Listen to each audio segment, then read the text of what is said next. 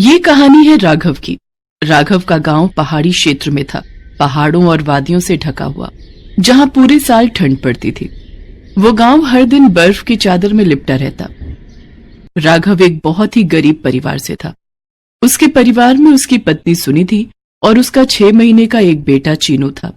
राघव हर रोज जंगल से अपने घर के लिए लकड़ियां काटकर अपने खच्चर पर लाद कर ले आता, जिससे रोज आग जलाकर वो हाथ सेकते और घर को गर्म रखते। ठंड से बचने का यही एकमात्र उपाय था। अधिकतर गांव वालों के पास हीटर था, लेकिन राघव का परिवार गरीब था, इसलिए वो हीटर नहीं खरीद सकते थे, तो उसकी जगह वो लकड़ियां जलाकर अपना गुजारा करते। पर एक दिन जंगलों की कटाई पर रोक लगाने के लिए सरकार ने एक नियम लागू किया, जिसमें जंगलों की लकड़ियां काटना गैर कानूनी हो गया। एक दिन राघव अपने दोस्त केशव और किशोर के साथ बैठा था। वो आग लगाकर बैठे थे और हाथ सेक रहे थे। तभी केशव बोला, अरे भाइयों, तुमने ये खबर पढ़ी क्या कि अब सरकार ने जंगलों से लकड़ियां काटने पर पाबंदी लगा दी है, और अगर कोई काटता हुआ पकड़ा गया तो उस पर कड़ी सजा भी है। हाँ भाई, अब बताओ, ये इतनी ठंडी जगह है, यहाँ लोग हर रोज लकड़ियां जलाते हैं, तब जाके थोड़ी आग से गर्मी और राहत बनी रहती है। बिना लकड़ियों के तो आग ही नहीं जलेगी, लोग ठंड से ठिठुर कर मर जाएंगे। भाई भैया, हमारे गांव में तो गैस सिलेंडर हीटर सब है, हमें तो कोई जरूरत नहीं है लकड़ियों की। अरे भाई साहब, सब तुम्हारी तरह सुखी और संपन्न थोड़ी हैं। क्यों राघव, अब कुछ सोचा है तूने, क्या करेगा? हीटर खरीद ले भाई, लकड़ियों से गुजारा नहीं हो पाएगा। ठंड देख रहा है कितनी पड़ रही है। मुझे तो इसकी ही ज्यादा चिंता है। लकड़ियां नहीं मिलेंगी तो आग नहीं जला पाएंगे, और बिना आग के तो यहाँ गुजारा नामुमकिन है। आदमी भूख से बाद में ठंड से पहले मर जाएगा, और इतना पैसा भी नहीं है मेरे पास कि बाजार से हीटर खरीद के ले आऊं। तो भाई तू लकड़ी का हीटर ले ले। लकड़ी का हीटर मतलब? तुझे नहीं पता है? लकड़ी के हीटर के बारे में नहीं पता? काफी लोग कहते हैं कि उस काली पहाड़ी पर एक पेड़ है। उस पेड़ की ये खासियत है कि उसकी टहनियों को अगर तुम एक बार भी जला दो तो वो महीनों महीनों तक एक ही तापमान में जलती रहती है, और उन लकड़ियों से धुआं भी नहीं निकलता। और ऐसा सुना है कि वो पेड़ दिखने में बहुत सुंदर होते हैं। उनकी टहनियां नीले रंग की होती हैं और पत्ते गुलाबी रंग के। क्या यार, तू भी कैसी बातें कर रहा है? वो पेड़ पहाड़ी के सबसे ऊपर वाले हिस्से में मिलता है, और वहाँ जाना कोई बच्चों का खेल नहीं है। वहाँ जंगल घना हो जाता है, वहाँ एक से एक खतरनाक जंगली जानवर हैं, और अगर तू उनसे भी बच गया तो उस पेड़ की रखवाली वहाँ के आदिवासी करते हैं। वो तुझे जान से मार देंगे, तो वहाँ जाना तो मौत को दावत देना है, और आज तक वहाँ कोई जा भी नहीं पाया है। हाँ, पर अगर कोई लकड़ियाँ लेकर आ जाए तो उसको किसी हीटर की जरूरत नहीं पड़ेगी फिर कभी। राघव उनकी बातें सुनता है, पर बिना कुछ कहे वहां से उठकर चला जाता है। घर की तरफ जाते जाते राघव अपने दोस्तों की बातें सोचता हुआ जाता है। राघव अपने घर पहुंचता है, तभी उसकी बीवी सुनिधि अपने बच्चों को गोद में लिए दरवाजे पर आ जाती है और पूछती, क्या हुआ जी, आप लकड़ियां लाए? लकड़ियां कहाँ से लाऊं? सरकार ने रोक लगा दी है पेड़ काटने पे।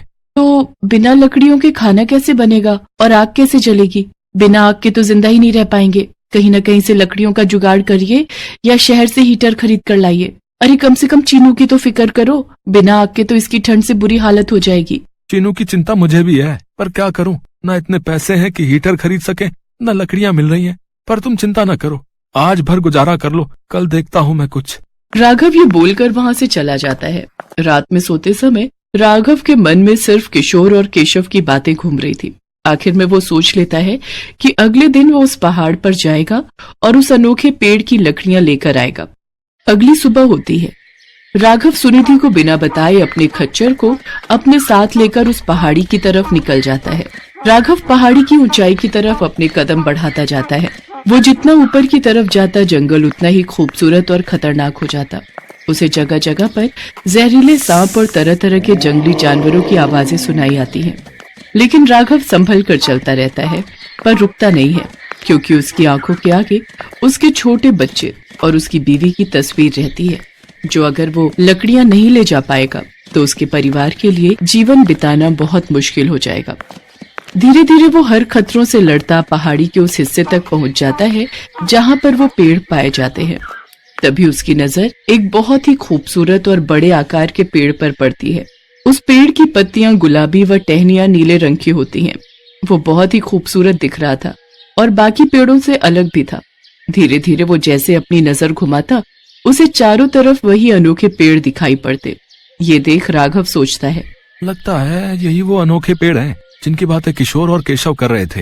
अब एक काम करता हूँ, जल्दी से इन लकड़ियों को काट लेता हूँ और इन्हें खच्चर पर लाद कर गाँव ले चलता हूँ। ये बोलने के बाद राघव अपने काम पर लग गया। वो फटाफट लकड़ियां काटने लगा। तभी उसे किसी के भागने की और अजीब अजीब आवाजें आने लगती है, मानो जैसे बहुत से लोग चिल्लाते हुए राघव की तरफ आ रहे हो। राघव जब तक कुछ सोचता तब तक राघव के चारों तरफ आदिवासी उसे घेर कर खड़े हो जाते हैं। उन सबके हाथों में नुकीले औजार होते हैं। राघव उन्हें देखकर डर जाता है, मानो उसने अपनी मृत्यु देख ली हो। आदिवासियों ने राघव के हाथ में कुल्हाड़ी देखी। वे लोग राघव को उठाकर ले जाने लगते हैं। अरे छोड़ो, अरे कौन हो तुम? मुझे जाने दो, मुझे छोड़ दो रे।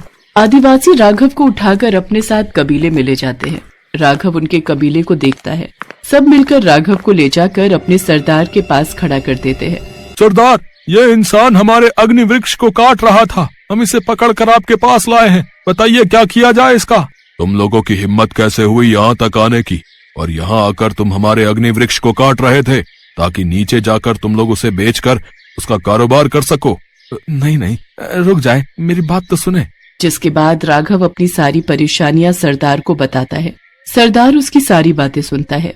हम नहीं जानते कुछ भी। मैं तुमको यहाँ से जिंदा नहीं जाने दूंगा, वरना तुम औरों को भी लेकर आ जाओगे और धीरे धीरे तुम लोग हमारे अग्नि वृक्ष को खत्म कर दोगे। नहीं नहीं, मुझे सिर्फ अपने परिवार को जिंदा रखने के लिए लकड़ियाँ चाहिए। ये पेड़ हमारे जीने का आधार है, इसी की वजह से हम लोग जिंदा हैं। यहाँ पूरे साल बर्फ पड़ती है, सूखी लकड़ियाँ मिलना मुश्किल हो जाता है। हमारे पास आग जलाने का कोई साधन नहीं है। बड़ी मुश्किल से हम पत्थर से आग जलाते हैं। अगर ये पेड़ तुम लोगों की नजर में आ जाएगा तो तुम लोग इसका गलत इस्तेमाल करोगे। तभी राघव कुछ सोचता है और फिर बोलता है, अगर मैं आपको आग जलाने का एक आसान तरीका दे दूं तो? मतलब आप जो लकड़ियों और पत्थरों से आग जलाते हो ना, उसकी जगह एक ऐसा साधन दे दूं जिससे आसानी से आग जल जाए तो? सरदार राघव की बात समझ नहीं पाता। तभी राघव अपनी पॉकेट से एक लाइटर निकालता है और नीचे पड़ी लकड़ी को लाइटर की मदद से एक झटके में जला देता है। सभी लोग ये देखकर अचंभित रह जाते हैं। ये कैसे किया तुमने? ये धातु हमें दे दो। हाँ दे दूंगा, लेकिन एक शर्त है। मैं आपकी मदद करूंगा तो आप भी मेरी मदद करेंगे। क्या आप मुझे इस अग्नि वृक्ष की लकड़ियां देंगे? हाँ, लेकिन एक वादा करना पड़ेगा तुमको कि अग्नि वृक्ष की लकड़ियों को तुम सिर्फ अपने लिए ही इस्तेमाल करोगे, और ये बात तुम किसी को भी नहीं बताओगे और अपने तक ही रखोगे, और इसके बदले तुमको ये धातु हमें देना पड़ेगा। राघव उसकी सारी बातें मान लेता है और सरदार उसको लाइटर के बदले ढेर सारी लकड़ियां दे देता है, जिसे राघव अपने खच्चर पर लादकर अपने गांव ले आता है और बिना किसी को बताए वो उन लकड़ियों का इस्तेमाल करता है और अपना जीवन अच्छे से व्यतीत करने लगता है। इस लकड़ी की खास बात ये थी कि ये अग्नि वृक्ष की लकड़ी जलने के बाद कभी राख नहीं बनती थी।